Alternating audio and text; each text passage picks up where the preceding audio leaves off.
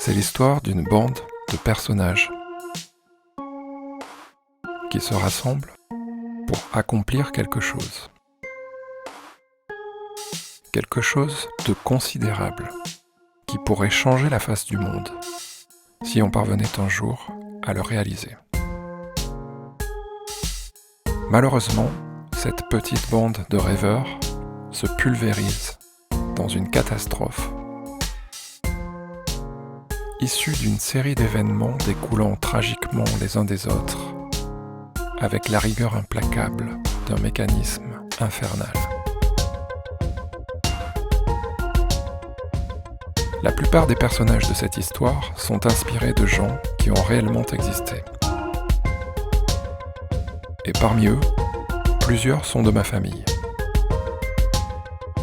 Donc, c'est ma propre histoire que je raconte, mais déformée, comme reflétée dans un miroir de fête foraine, ou camouflée sous un décor factice. À propos de décor, vous connaissez Joachim Martin? C'était un petit menuisier au XIXe siècle.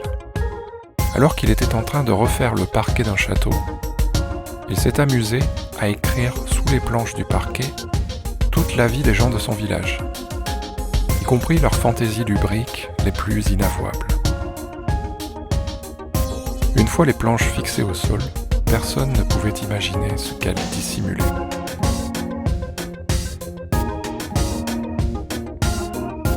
Ainsi, comme le parquet de Joachim, sous sa surface vernie et miroitante, mon récit cache dans ses silencieuses profondeurs des secrets impensables et vertigineux.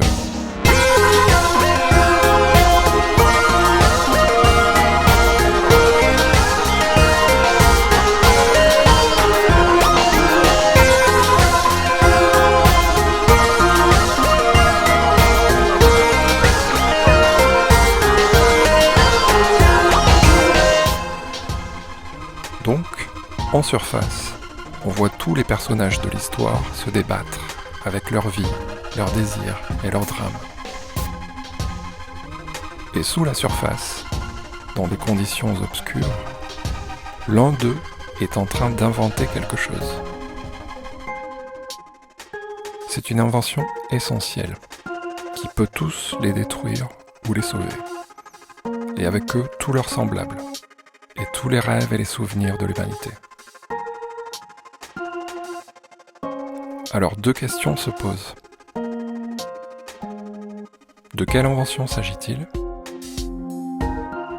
Et qui est l'inventeur? La réponse à ces deux questions est une clé qui permet de soulever le parquet pour révéler l'envers du décor. Là, vous vous dites sûrement, mais c'est quoi ces conneries? On comprend que dalle. Bon, je vais faire une autre comparaison. Imaginez une fresque peinte sur un mur dans une petite rue d'une petite ville. Sur cette fresque, on distingue tout un tas de personnages.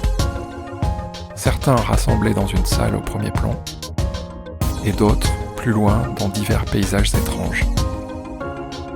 Mais l'ensemble paraît incompréhensible, de sorte qu'on ne voit pas ce que font tous ces personnages, ni pourquoi ils se réunissent. Peut-être pour une fête, pour célébrer quelque chose, ou pour un rite sauvage, une orgie, ou un monstrueux bain de sang. Ça pourrait être n'importe quoi. Alors les gens se disent que c'est sûrement une sorte de délire surréaliste.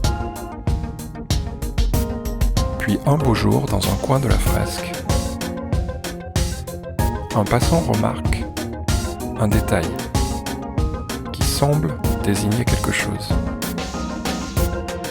Il soupçonne que ce petit détail contient peut-être la clé qui permettrait de comprendre toute la fresque.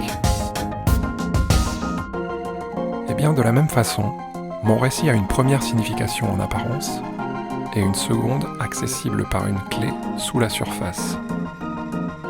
Et seule la superposition des deux permet de reconstituer le sens réel. ce sens ne sera probablement jamais découvert. Alors pourquoi faire un truc pareil ? Je sais pas. Je trouve ça cool.